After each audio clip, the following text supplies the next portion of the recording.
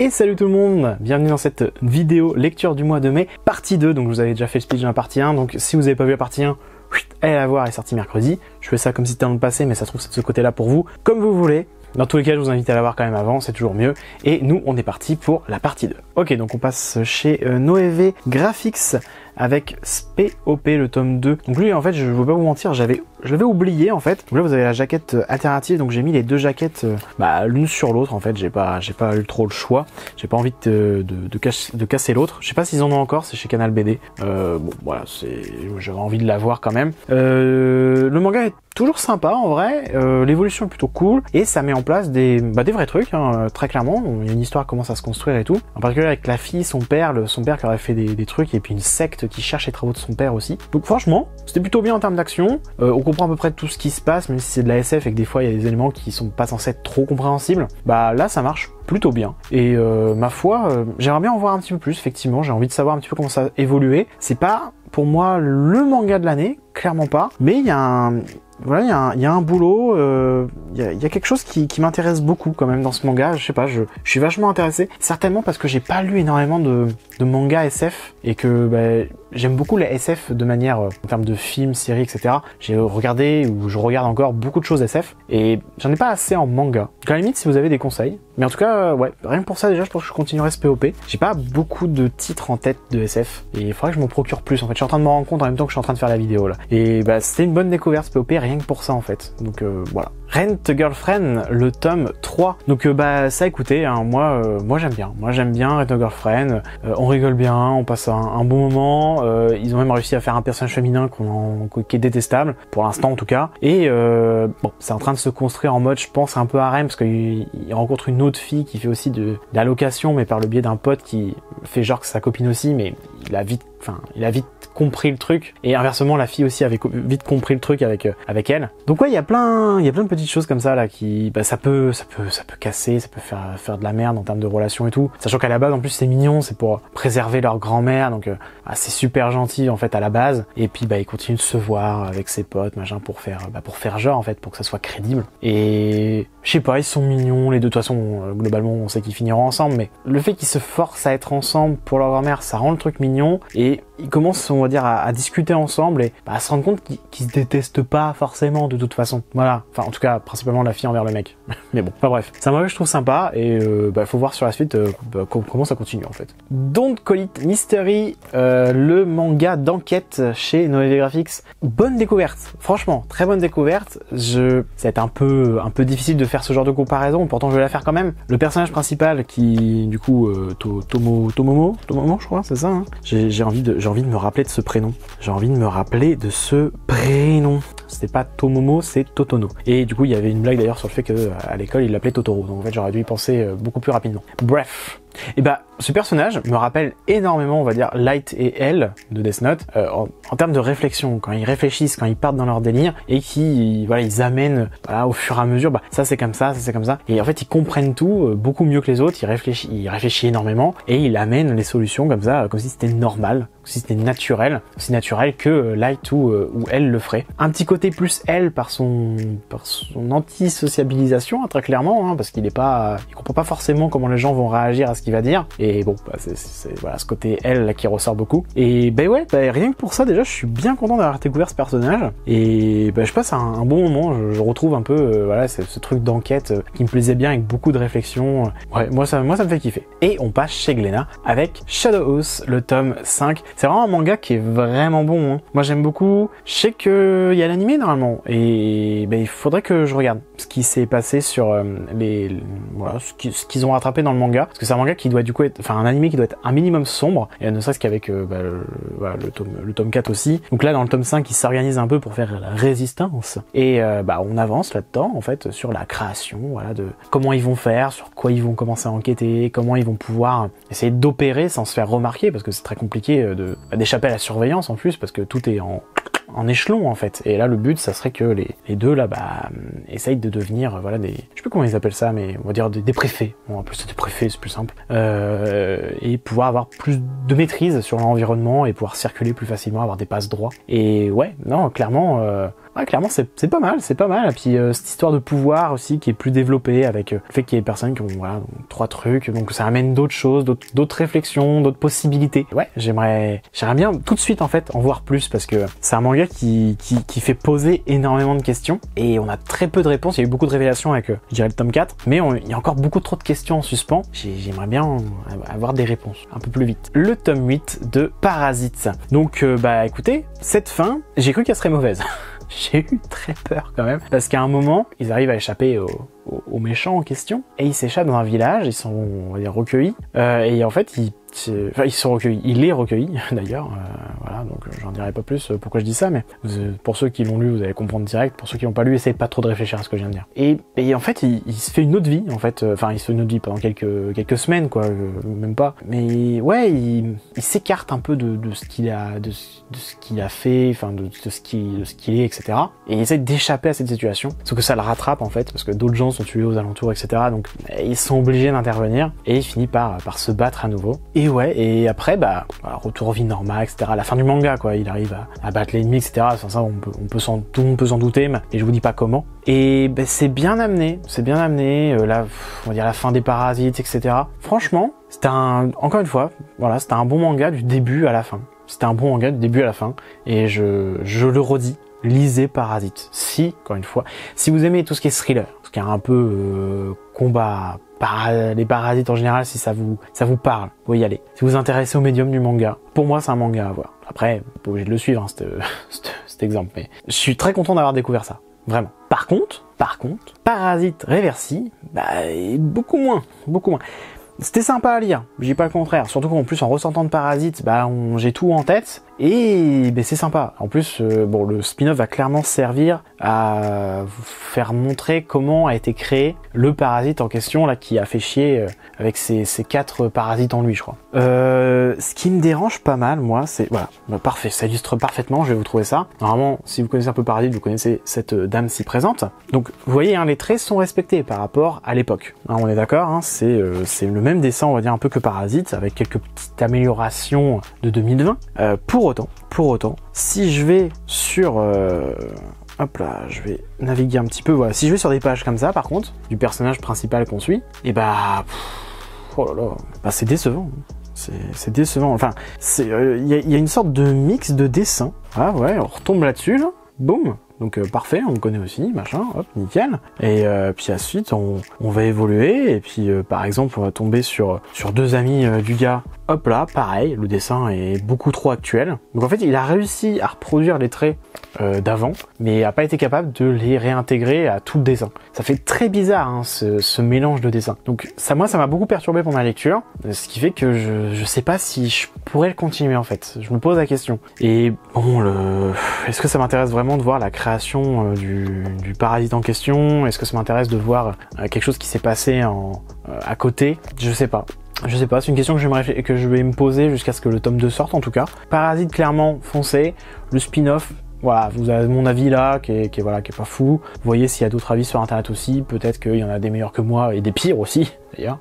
Mais ouais, c'était pas fou. Le tome de One Piece, bon clairement vu la hype qu'il y a autour de One Piece, je me permettrai pas du tout de spoiler et je vais même pas parler de l'histoire de ce qui se passe là parce que je pense que soit vous êtes à jour, soit vous l'êtes pas et du coup si vous l'êtes pas, c'est que vous n'avez pas envie de savoir ce qui se passe pour l'instant et que vous avez envie de lire un arc complet, ce que je peux totalement comprendre. Moi je suis pas du tout patient avec One Piece, je vais pas vous mentir, ça reste fou ce qui se passe actuellement, hein. L'arc de Wano, l'arc des samouraïs, c'est toujours fou et ce qui est en train de se passer va totalement chambouler l'ordre des choses à la fin de cette guerre. Ça va changer absolument tout quoi. Et bah voilà, donnez-moi le 99, donnez-moi le 100, donnez-moi la fin de One Piece en fait, tout simplement. Mais ouais, moi One Piece, c'est vrai que j'en parle pas énormément parce que voilà, mais j'adore One Piece et c'est un de mes premiers mangas de toute façon. Je vous dirais bien de lire One Piece, mais si vous avez jamais commencé, ça va vous faire du mal. Et ce qui est en train de se passer actuellement, c'est totalement dingue. Voilà. Dahlia, le tome 3.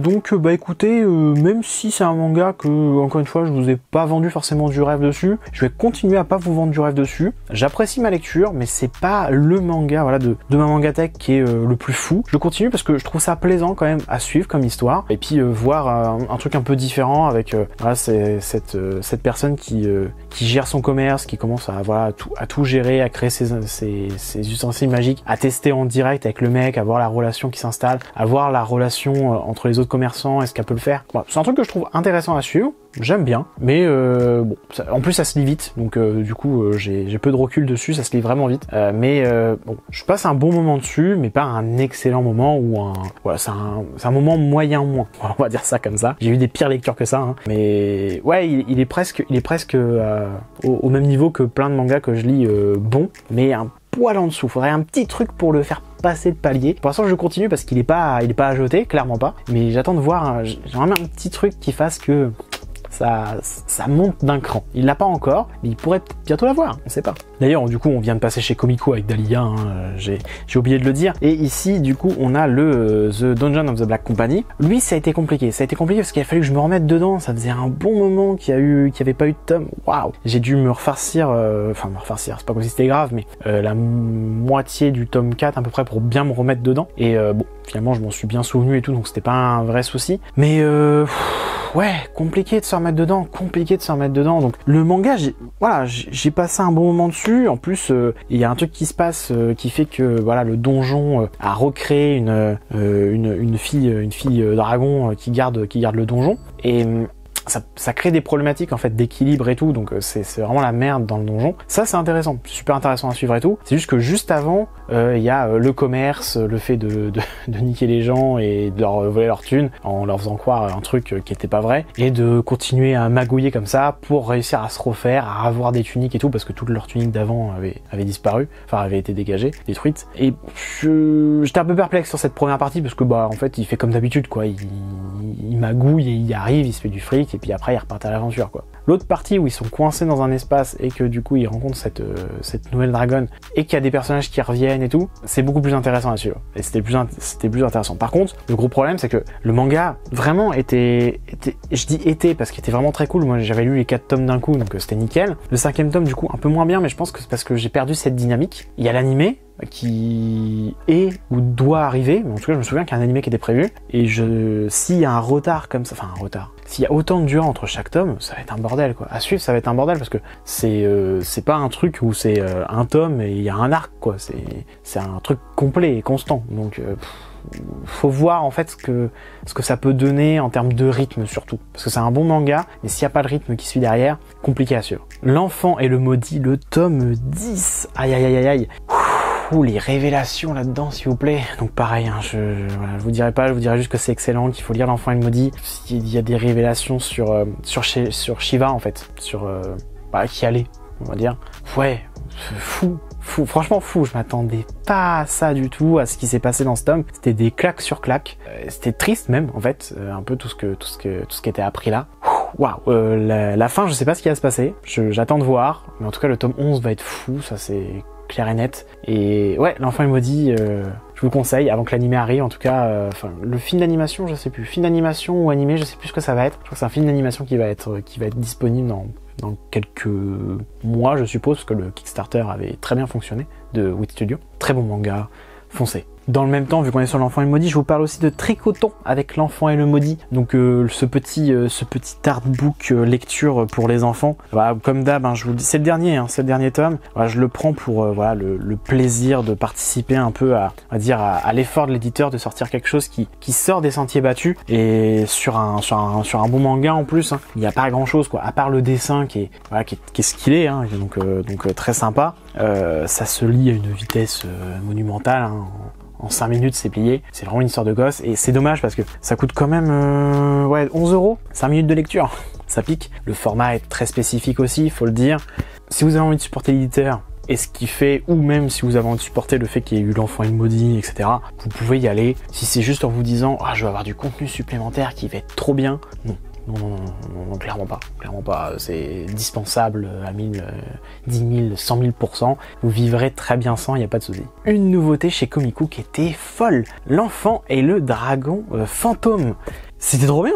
Ça m'a surpris, hein. Je m'attendais pas à ce que ce soit aussi bon. M'a foutu du dragon, m'a foutu du dragon fantôme, m'a foutu de la magie. J'ai kiffé, voilà, faut le dire. Donc cet enfant qui est jeté dans une forêt où tout le monde jette ses trucs. Génial, super, donc l'enfant est jeté, qui est recueilli par le dragon qui l'éduque, le dragon qui meurt au bout d'un moment, et la gamine qui fait non, et qui a mis plusieurs mois, hein, mais des bouquins qui ont été jetés dans la forêt, dont un bouquin de magie, et en fait, elle s'en est servie, elle a ramené le dragon, elle fait tu reviens, et du coup il est revenu en fantôme, mais du coup, d'accord, je suis vivant, bon ok, je reste avec toi. Mais en fait, du coup le dragon est quand même content, mais en fait, il s'avère qu'elle a des pouvoirs, et qu'en plus, elle peut récupérer le cœur du dragon en question, pour l'utiliser parce que il y a sa carcasse quand même qui est encore là, donc mais plus lui physiquement quoi. Il y a un mec qui est zèle, qui est chelou, puis il y a un autre, il y a le dragon du fils. Il y a plein de petites choses qui se mettent en place. C'est mignon, la gamine sait pas trop ce qu'elle fait, mais elle veut principalement manger. Il est typique des héros de shonen, on va dire. Et j'ai vraiment bien aimé. J'ai souri, j'ai rigolé même. Il y a de la magie, il y a des dragons, j'ai déjà dit, mais rien que pour ça, ça vaut le coup. Et le trait, je vous sors un petit peu, mais par exemple,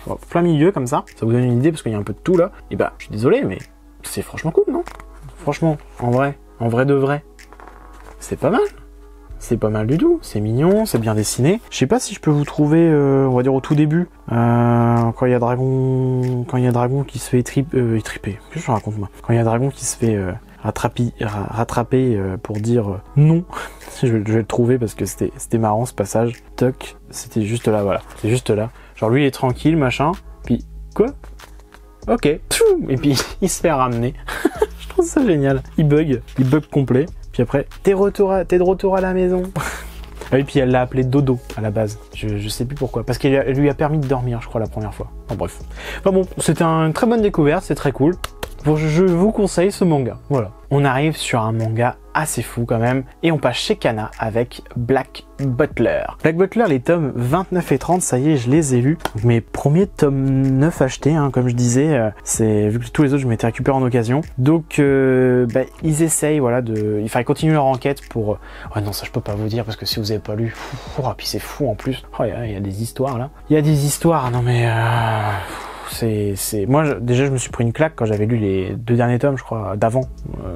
Mais où il est parti chercher ça? Et en plus, c'est ultra cohérent. Et en plus, ça met en avant un peu tout ce qui s'est passé sur les 10 derniers tomes où il y avait des éléments qui étaient, on va dire, dispatchés et qu'en fait, tout réuni à la fin, ça donne ce qui est en train de se passer actuellement. Et c'est dingue. C'est vraiment dingue. Et ce qui est marrant, c'est que vu que c'est à une époque... il n'y a pas vraiment d'époque qui ont été dites, mais bon, avec la reine d'Angleterre qui est encore vivante, etc. Enfin, qui est encore vivante, qui est encore en état d'exercer son pouvoir, etc. Et encore jeune aussi, surtout. Quoique non, en fait non, elle est pas jeune, c'est juste que dans l'animé, à un moment, elle est jeune, alors qu'elle devrait pas l'être. Ouais, c'est ça. Enfin bref, je suis en train de me perdre dedans. Qu'est-ce que je voulais dire? Ce que je voulais dire, c'était que il y a cette histoire de sang. Il gère ça en constellation de mémoire, sauf qu'en fait c'est ce que nous on a, les A, B, O, etc. Il y a des constellations plus rares que d'autres, des sangs plus rares que d'autres, ceux qui peuvent être universels, etc. Et en fait c'est ça qui permet de... Je reste évasif de fou, mais... Et je sais pas moi, je sais pas si vous lisez Black Butler ou pas, je sais qu'il y a beaucoup de gens qui se stoppent parce que il y a beaucoup de gens qui en ont fait un peu comme si c'était un manga yaoi caché. Non.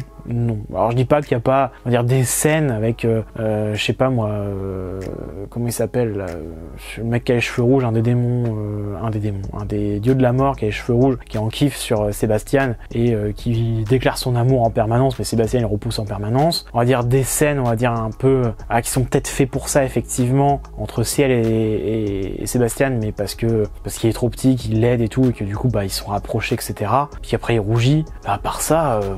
Franchement, vous bloquez pas ça si c'est ça, hein, parce que on s'en fiche, franchement, on s'en fout. Et puis en plus, c'est vraiment pas le cœur de l'histoire. Et c'est un putain de seinen, hein, ce manga. Franchement, si vous passez à côté pour ce genre de choses, ou juste parce que vous connaissez pas le manga, allez-y.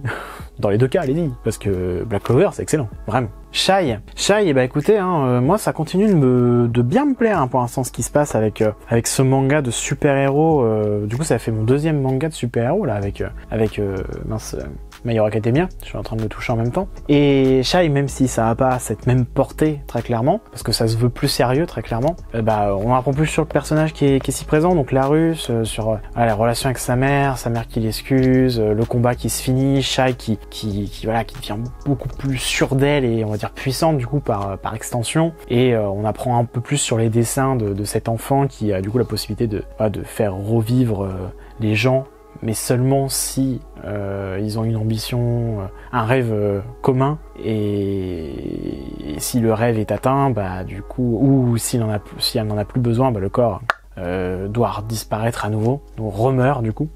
Enfin, voilà, beaucoup plus sérieux, beaucoup plus triste aussi du coup par moment, et beaucoup moins sportif shonen quoi, beaucoup moins My Hero Academia. Voilà, très clairement. Mais ça fait plaisir aussi de lire ce genre de manga qui se veut plus sérieux. C'est agréable aussi par moment. Et ouais, Shai, Shai c'est un bon manga. Enfin, en tout cas, moi pour l'instant, j'aime bien. À voir sur la suite naturellement, mais pour l'instant c'est sympa. Cigarette and Cherry, le tome 5, c'est toujours aussi plaisant de voir leur relation évoluer, je vais pas vous mentir. Il y a un autre gars qui arrive et qui potentiellement veut sortir avec l'autre fille justement du bar. Donc je m'attendais pas à ça parce que du coup ça crée un nouveau couple dans le manga. Un poil déçu de ça parce que j'ai pas forcément envie qu'on s'attarde sur un autre couple, je vous avoue. J'aurais envie de m'attarder vraiment sur eux deux parce que leur relation était quand même assez difficile, surtout pour elle qui avait d'autres complications personnelles. Et ouais, j'aurais voulu qu'on se focus plus sur eux parce que finalement eux ça avance pas énormément. C'est un peu dommage.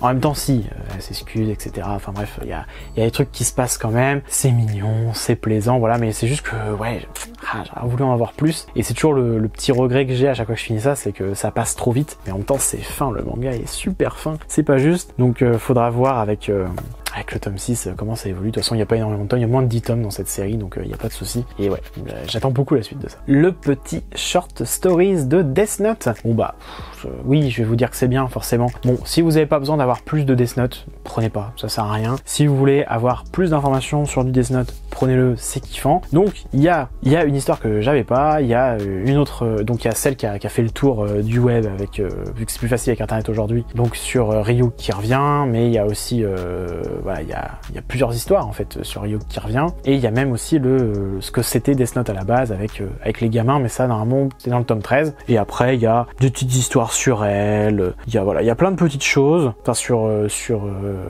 elle, et du coup il y a aussi la fameuse sur comment il s'appelle, Nier.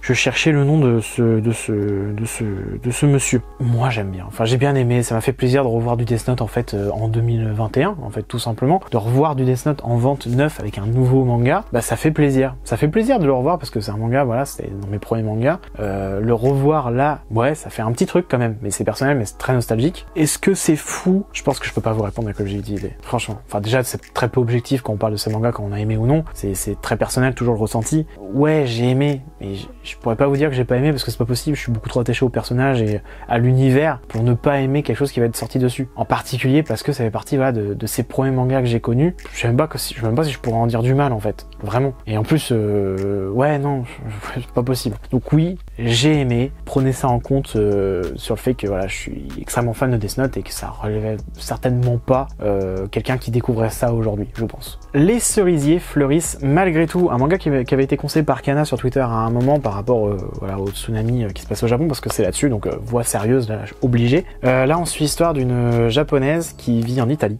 et parce qu'elle a un mari en Italie, et ils vivent ensemble. Et il y a un matin, elle se fait appeler, et tout le monde lui demande si ses parents vont bien, et elle comprend pas pourquoi, et tout le monde lui dit, allume la télé, allume la télé, et là, elle est sous le choc, forcément. C'est un bordel. Elle peut pas rentrer chez elle, elle essaye par tous les moyens de rentrer, impossible, tout est annulé, tout est, voilà. Et une fois que tout commence à aller mieux, elle y va. Il y a beaucoup plus de gens finalement qui ont survécu qu'autre chose. Il y a beaucoup de gens qui se sont mis au travail très rapidement. C'est un truc qui l'a choqué. Mais c'était pour que les gens essayent de retrouver une vie normale en fait. C'était une vision différente du coup. C'est pas une vision de personnes qui l'ont vécu. Mais c'est une vision du coup de quelqu'un qui vit au Japon, enfin qui vivait au Japon, qui est japonais de base. Ça reste quand même prenant ce genre d'histoire. Moi c'est le genre d'histoire qui me touche vraiment, et ouais, je suis obligé de vous le conseiller dans le sens où c'est une belle histoire. C'est une belle histoire, c'est quelque chose de vrai qui est dessiné, et voilà. Donc là, par exemple, je peux vous lire, là, Japon, 11 mars 2011, un tremblement de terre, un tsunami, Fukushima. est-ce possible de faire des projets après cela quand une promesse devient hommage? Voilà, je peux m'arrêter là. J'ai beaucoup apprécié la lecture, forcément, et je peux vous conseiller d'acheter ce manga. J'ai conscience que je suis un peu trop sérieux quand je parle de ce genre de truc, mais c'est un truc qui, moi, personnellement, m'a touché, vu que j'ai beaucoup d'affect pour le Japon et ce pays. C'est des genres d'histoires qui, je les lis en me disant forcément que je vais être touché, que je vais pas être bien après, et je vais pas vous mentir, j'étais pas forcément bien pendant ma lecture, mais, je sais pas, ça me fait du bien de lire ce genre d'histoire. Je sais pas si c'est très compliqué à comprendre, j'imagine, ou même à vous l'expliquer, mais ça me touche énormément de lire ce genre de choses. On va dire que j'ai l'impression peut-être de me rapprocher un peu plus de ce qu'ils ont pu vivre, de ce qu'ils ont pu ressentir, et de me sentir encore plus en relation avec eux. Je vais être à des années-lumière, même en lisant tous les bouquins du monde là-dessus, en regardant toutes les émissions du monde là-dessus, je serai à des années-lumière de ce ressenti. Pourtant, j'essaye de l'atteindre, parce que j'ai un profond respect pour ce pays, et voilà, j'ai pas grand-chose d'autre à dire, mais je pense que vous pouvez comprendre. Bon, on va essayer de retrouver quand même un petit peu la joie de vivre, justement en passant sur un manga beaucoup plus drôle, à savoir 100 Bucket List of the Dead. Donc les 100 choses, la liste des 100 choses à faire avant de mourir. Donc un manga... Ah bah non. Ah bah du coup non. Ok, bon, on va passer sur des choses un petit peu plus joyeuses quand même. Donc là, on a 100 Bucket List of the Dead, donc les 100 choses à faire avant de mourir. Nouveauté de chez Kana que j'ai beaucoup apprécié. C'est vraiment très drôle. Voilà, c'est le mec salaryman qui en chie vraiment à son boulot. Il est exploité en long, en large et en travers comme pas possible. Il est crevé comme jamais. Et du jour au lendemain, il y a une apocalypse zombie. Et tout ce qu'il voit, c'est qu'il n'a pas à aller au travail. Et le mec est ultra content en fait de ça. C'est assez fou. Et il y a un moment, il va se promener pour pouvoir aller chercher à manger en fait. Il se promène en bicyclette et genre il est en mode c'est quand même beaucoup mieux que d'aller au travail quoi. Oh, je suis tellement bien ici, alors qu'il se fait pourchasser, mais se faire bouffer par les zombies c'est moins grave que d'aller au travail. Donc il a une positive attitude qui est quand même assez folle.